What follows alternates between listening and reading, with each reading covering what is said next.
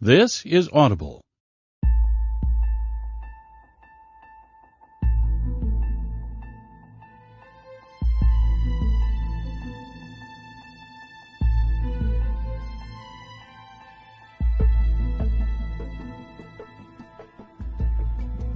Macmillan Audio presents The Three-Body Problem by Chesson Liu, translated by Ken Liu.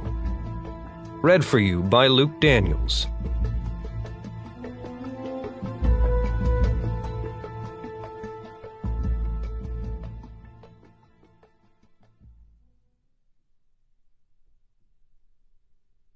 Part 1. Silent Spring. 1. The Madness Years. China, 1967. The Red Union had been attacking the headquarters of the April 28th Brigade for 2 days.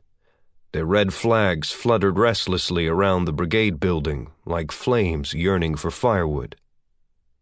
The Red Union commander was anxious, though not because of the defenders he faced.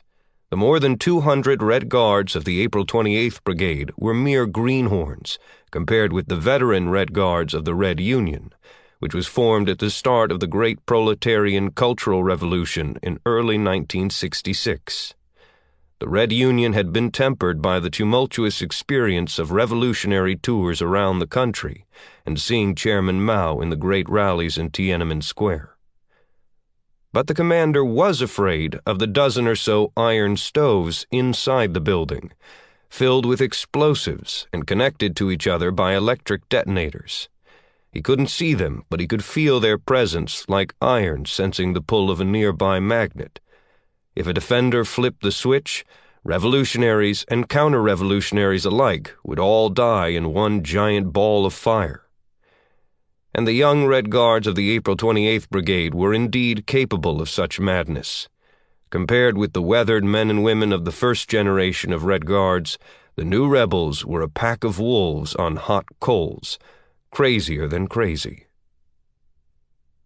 The slender figure of a beautiful young girl emerged at the top of the building, waving the giant red banner of the April 28th Brigade. Her appearance was greeted immediately by a cacophony of gunshots. The weapons attacking her were a diverse mix: antiques such as American carbines, Czech-style machine guns, Japanese Type 38 rifles. Newer weapons such as standard-issue People's Liberation Army rifles and submachine guns, stolen from the PLA after the publication of the August editorial, and even a few Chinese Dadao swords and spears. Together they formed a condensed version of modern history. Numerous members of the April 28th Brigade had engaged in similar displays before. They'd stand on top of the building, wave a flag, shout slogans through megaphones, and scatter flyers at the attackers below. Every time, the courageous man or woman had been able to retreat safely from the hailstorm of bullets and earn glory for their valor. The new girl clearly thought she'd be just as lucky. She waved the battle banner as though brandishing her burning youth, trusting that the enemy would be burnt to ashes in the revolutionary flames, imagining that an ideal world would be born tomorrow from the ardor and zeal coursing through her blood. She was intoxicated by her brilliant crimson dream, until a bullet pierced her chest. Her 15-year-old body was so soft that the bullet hardly slowed down as it passed through it and whistled in the air behind her. The young Red Guard tumbled down along with her flag, her light form descending even more slowly than the piece of red fabric, like a little bird unwilling to leave the sky. The Red Union warriors shouted in joy. A few rushed to the foot of the building, tore away the battle banner of the April 28th Brigade, and seized the slender, lifeless body. They raised their trophy overhead and flaunted it for a while, before tossing it toward the top of the metal gate of the compound. Most of the gate's metal bars, capped with sharp tips, had been pulled down at the beginning of the factional civil wars to be used as spears, but 2 still remained. As their sharp tips caught the girl, life seemed to return momentarily to her body. The Red Guards backed up some distance and began to use the impaled body for target practice. For her, the dense storm of bullets was now no different from a gentle rain, as she could no longer feel anything. From time to time, her vine-like arms jerked across her body softly, as though she were flicking off drops of rain. And then, half of her young head was blown away, and only a single beautiful eye remained to stare at the blue sky of 1967. There was no pain in that gaze, only solidified devotion and yearning. And yet, compared to some others, she was fortunate. At least she died in the throes of passionately sacrificing herself for an ideal. Battles like this one raged across Beijing like a multitude of CPUs working in parallel, their combined output, the Cultural Revolution. A flood of madness drowned the city and seeped into every nook and cranny. At the edge of the city, on the exercise grounds of Tsinghua University, a mass struggle session attended by thousands had been going on for nearly 2 hours. This was a public rally intended to humiliate and break down the enemies of the revolution through verbal and physical abuse until they confessed their crimes before the crowd. As the revolutionaries had splintered into numerous factions, opposing forces everywhere engaged in complex maneuvers and contests. Within the university, intense conflicts erupted between the Red Guards, the Cultural Revolution Working Group, the Workers' Propaganda Team, and the Military Propaganda Team. And each faction divided into new rebel groups from time to time, each based on different backgrounds and agendas, leading to even more ruthless fighting. But for this mass struggle session, the victims were the reactionary bourgeois academic authorities. These were the enemies of every faction, and they had no choice but to endure cruel attacks from every side. Compared to other monsters and demons, reactionary academic authorities were special. Originally a term from Buddhism, monsters and demons was used during the Cultural Revolution to refer to all the enemies of the revolution. During the earliest struggle sessions, they had been both arrogant and stubborn. That was also the stage in which they had died in the largest numbers. Over a period of 40 days, in Beijing alone, more than 1,700 victims of struggle sessions were beaten to death. Many others picked an easier path to avoid the madness. Lao She, Wu Han, Tian Bozan, Fu Lei, Zhao Chuzan, Yi Chun, Wen Jie, Hai Mo, and other once respected intellectuals had all chosen to end their lives. Those who survived that initial period gradually became numb as the ruthless struggle sessions continued. The protective mental shell helped them avoid total breakdown. They often seemed to be half asleep during the sessions and would only startle awake when someone screamed in their faces to make them mechanically recite their confessions, already repeated countless times. Then, some of them entered a third stage. The constant, unceasing struggle sessions injected vivid political images into their consciousness like mercury, until their minds, erected upon knowledge and rationality, collapsed under the assault. They began to really believe that they were guilty, to see how they had harmed the great cause of the revolution. They cried, and their repentance was far deeper and more sincere than that of those monsters and demons who were not intellectuals. For the Red Guards, heaping abuse upon victims in those two latter mental stages was utterly boring. Only those monsters and demons who were still in the initial stage could give their overstimulated brains the thrill they craved, like the red cape of the matador. But such desirable victims had grown scarce. In Tsinghua, there was probably only one left. Because he was so rare, he was reserved for the very end of the struggle session. Yet Zitai had survived the Cultural Revolution so far, but he remained in the first mental stage. He refused to repent, to kill himself, or to become numb. When this physics professor walked onto the stage in front of the crowd, his expression clearly said, "Let the cross I bear be even heavier." The Red Guards did indeed have him carry a burden, but it wasn't a cross.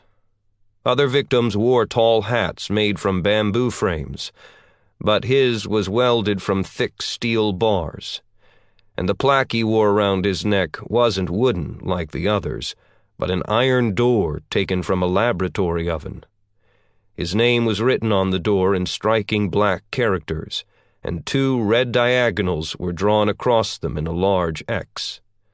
Twice the number of Red Guards used for other victims escorted Ye onto the stage, 2 men and 4 women. The 2 young men strode with confidence and purpose, the very image of mature Bolshevik youths. They were both 4th-year students, majoring in theoretical physics, and Ye was their professor.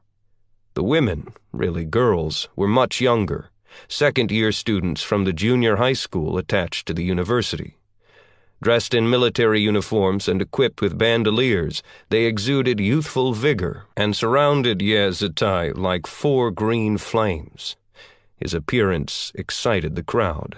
The shouting of slogans, which had slackened a bit, now picked up with renewed force and drowned out everything else like a resurgent tide. After waiting patiently for the noise to subside, one of the male Red Guards turned to the victim.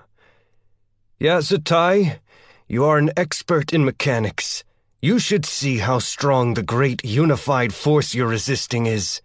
To remain so stubborn will lead only to your death. Today we will continue the agenda from the last time. There's no need to waste words. Answer the following question without your typical deceit. Between the years of 1962 and 1965, did you not decide on your own to add relativity to the intro physics course?" "Relativity is part of the fundamental theories of physics," Ye answered. "How can a basic survey course not teach it?" "You lie!" A female Red Guard by his side shouted. "Einstein is a reactionary academic authority. He would serve any master who dangled money in front of him. He even went to the American imperialists and helped them build the atom bomb. To develop a revolutionary science, we must overthrow the black banner of capitalism represented by the theory of relativity." Ye remained silent, enduring the pain brought by the heavy iron hat and the iron plaque hanging from his neck. He had no energy to answer questions that were not worth answering. Behind him, one of his students also frowned. The girl who had spoken was the most intelligent of the 4 female Red Guards, and she was clearly prepared, as she had been seen memorizing the struggle session script before coming on stage. But against someone like Ye Zhou, a few slogans like that were insufficient. The Red Guards decided to bring out the new weapon they had prepared against their teacher. One of them waved to someone off stage. Ye's wife, physics professor Shaolin, stood up from the crowd's front row. She walked onto the stage dressed in an ill-fitting green outfit, clearly intended to imitate the military uniform of the Red Guards. Those who knew her remembered that she had often taught class in an elegant chi pao, and her current appearance felt forced and awkward. "Ye Zhou!" She was clearly unused to such theater, and though she tried to make her voice louder, the effort magnified the tremors in it. "You didn't think I would stand up and expose you? Criticize you? Yes, in the past I was fooled by you. You covered my eyes with your reactionary view of the world and science. But now I am awake and alert. With the help of the revolutionary youths, I want to stand on the side of the revolution, the side of the people." She turned to face the crowd. "Comrades, revolutionary youths, revolutionary faculty and staff, we must clearly understand the reactionary nature of Einstein's theory of relativity. This is most apparent in general relativity. Its static model of the universe negates the dynamic nature of matter. It is anti-dialectical. It treats the universe as limited, which is absolutely a form of reactionary idealism." As he listened to his wife's lecture, Ye allowed himself a wry smile. "Lin, I fooled you? Indeed, in my heart you've always been a mystery. One time, I praised your genius to your father. He's lucky to have died early and escaped this catastrophe. And he shook his head, telling me that he did not think you would ever achieve much academically. What he said next turned out to be so important to the second half of my life. Lin is too smart. To work in fundamental theory, one must be stupid. In later years, I began to understand his words more and more. Lin, you truly are too smart. Even a few years ago, you could feel the political wind shifting in academia and prepared yourself. For example, when you taught, you changed the names of many physical laws and constants.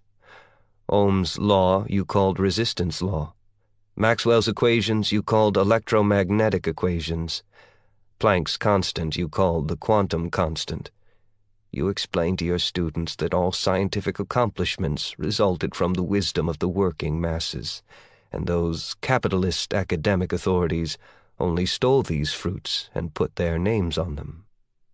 But even so, you couldn't be accepted by the revolutionary mainstream. Look at you now. You're not allowed to wear the red armband of the revolutionary faculty and staff. You had to come up here empty-handed, without the status to carry a little red book. You can't overcome the fault of being born to a prominent family in pre-revolutionary China and of having such famous scholars as parents. But you actually have more to confess about Einstein than I do. In the winter of 1922, Einstein visited Shanghai.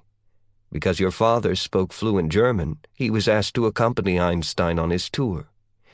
You told me many times that your father went into physics because of Einstein's encouragement, and you chose physics because of your father's influence. So in a way, Einstein can be said to have indirectly been your teacher. And you once felt so proud and lucky to have such a connection. Later I found out that your father had told you a white lie. He and Einstein had only one very brief conversation. The morning of November 13th, 1922, he accompanied Einstein on a walk along Nanjing Road. Others who went on the walk included Yu Yoren, president of Shanghai University, and Zhou Gubing, general manager of the newspaper Ta Kung Bao. When they passed a maintenance site in the roadbed, Einstein stopped next to a worker who was smashing stones and silently observed this boy with torn clothes and dirty face and hands. He asked your father how much the boy earned each day. After asking the boy, he told Einstein, 5 cents. This was the only time he spoke with the great scientist who changed the world. There was no discussion of physics, of relativity, only cold, harsh reality. According to your father, Einstein stood there for a long time after hearing the answer, watching the boy's mechanical movements, not even bothering to smoke his pipe as the embers went out. After your father recounted this memory to me, he sighed and said, "In China, any idea that dared to take flight would only crash back to the ground. The gravity of reality is too strong." "Lower your head!" one of the male Red Guards shouted.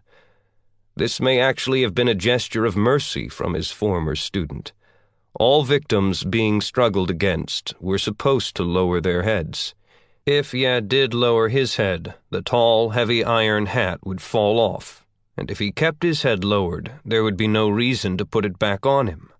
But Yeh refused and held his head high, supporting the heavy weight with his thin neck. "Lower your head, you stubborn reactionary!" One of the girl Red Guards took off her belt and swung it at Yeh. The copper belt buckle struck his forehead and left a clear impression that was quickly blurred by oozing blood. He swayed unsteadily for a few moments, then stood straight and firm again. One of the male Red Guards said, "When you taught quantum mechanics, you also mixed in many reactionary ideas." Then he nodded at Shaolin, indicating that she should continue. Xiao was happy to oblige.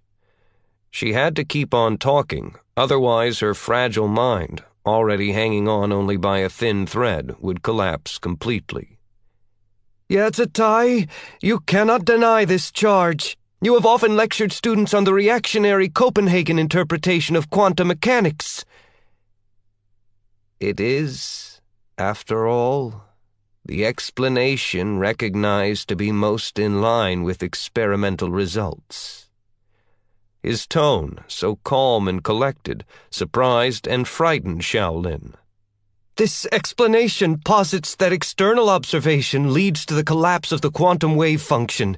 This is another expression of reactionary idealism, and it's indeed the most brazen expression. Should philosophy guide experiments, or should experiments guide philosophy? Ye's sudden counterattack shocked those leading the struggle session. For a moment, they did not know what to do.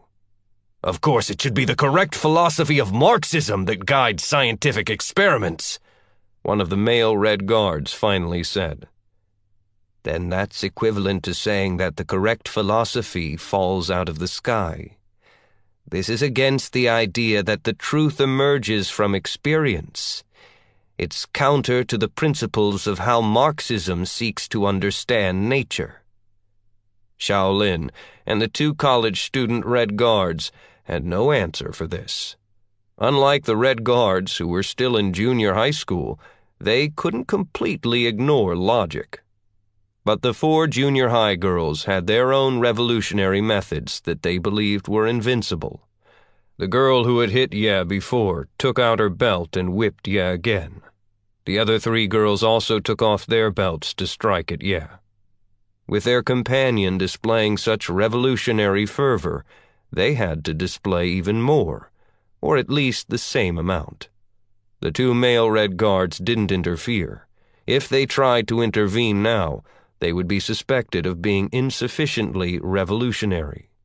You also taught the Big Bang Theory. This is the most reactionary of all scientific theories. One of the male Red Guards spoke up, trying to change the subject.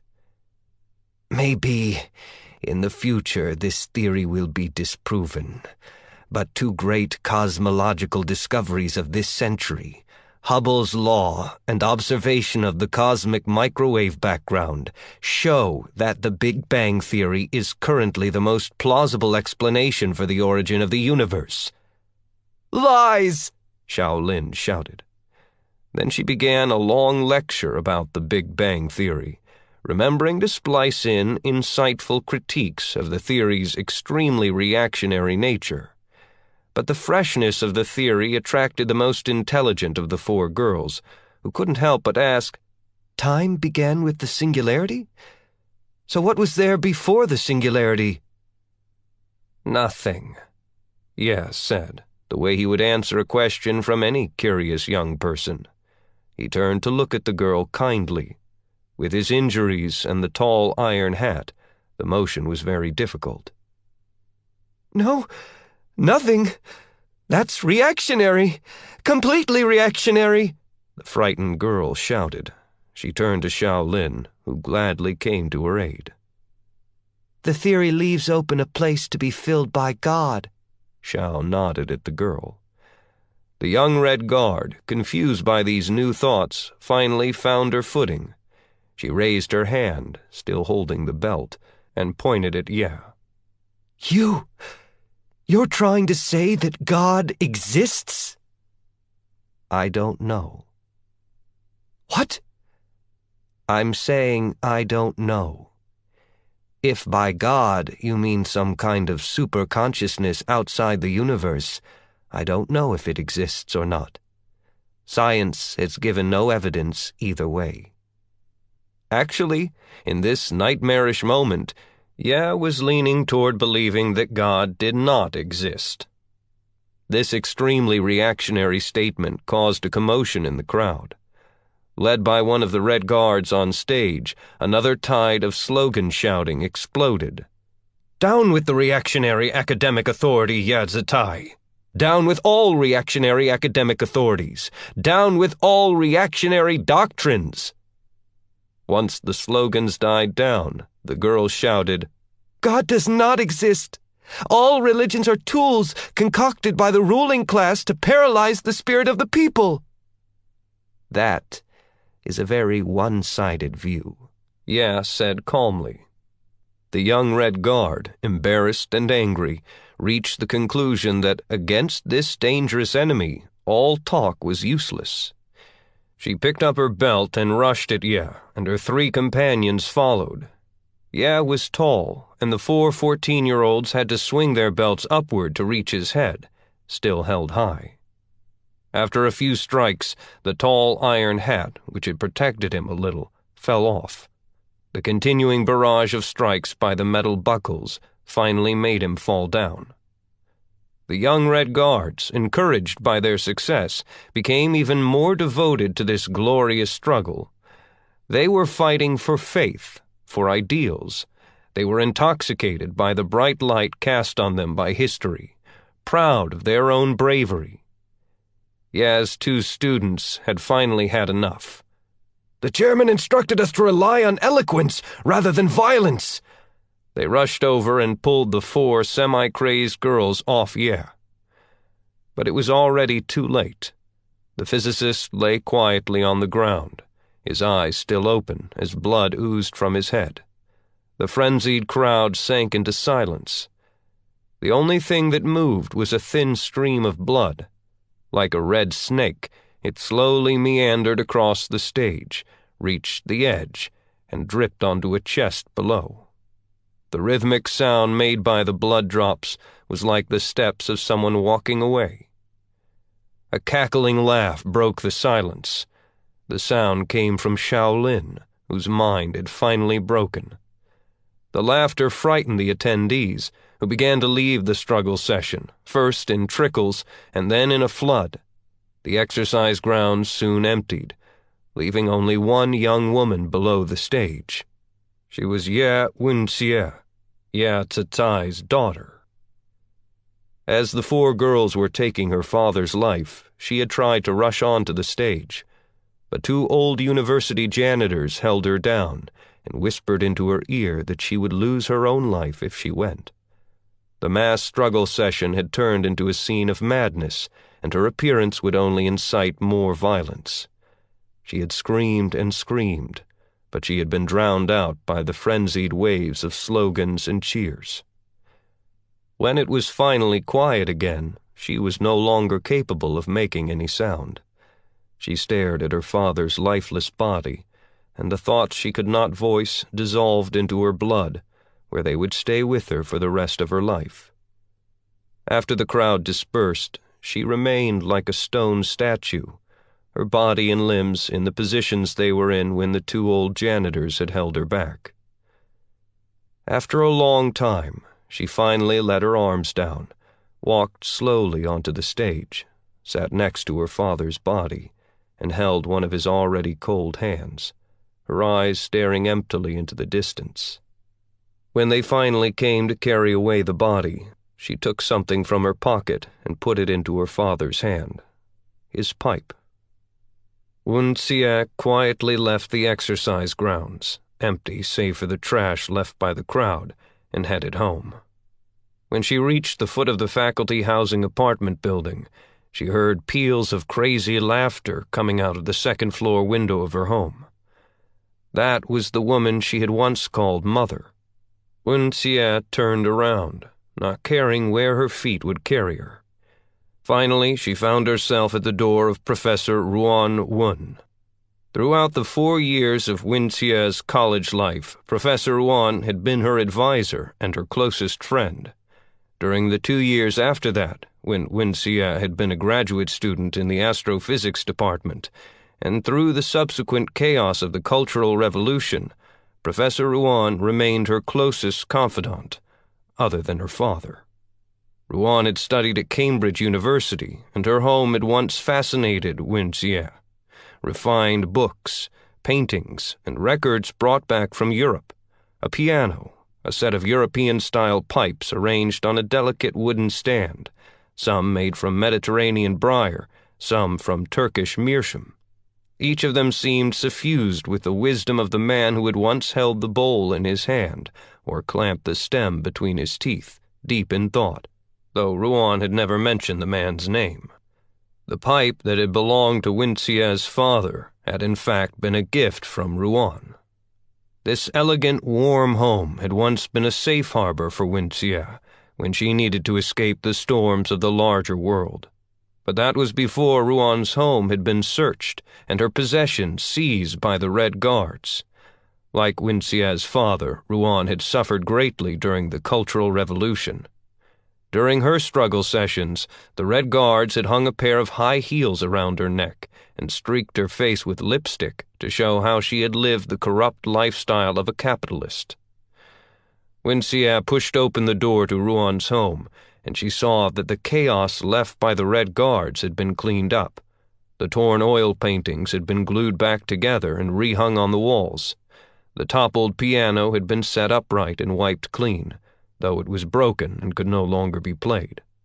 The few books left behind had been put back neatly on the shelf. Ruan was sitting on the chair before her desk, her eyes closed. Wincia stood next to Ruan and gently caressed her professor's forehead, face, and hands, all cold. Wincia had noticed the empty sleeping pill bottle on the desk as soon as she came in. She stood there for a while, silent. Then she turned and walked away. She could no longer feel grief. She was now like a Geiger counter that had been subjected to too much radiation, no longer capable of giving any reaction, noiselessly displaying a reading of 0. But as she was about to leave Ruan's home, Wincia turned around for a final look. She noticed that Professor Ruan had put on makeup. She was wearing a light coat of lipstick and a pair of high heels.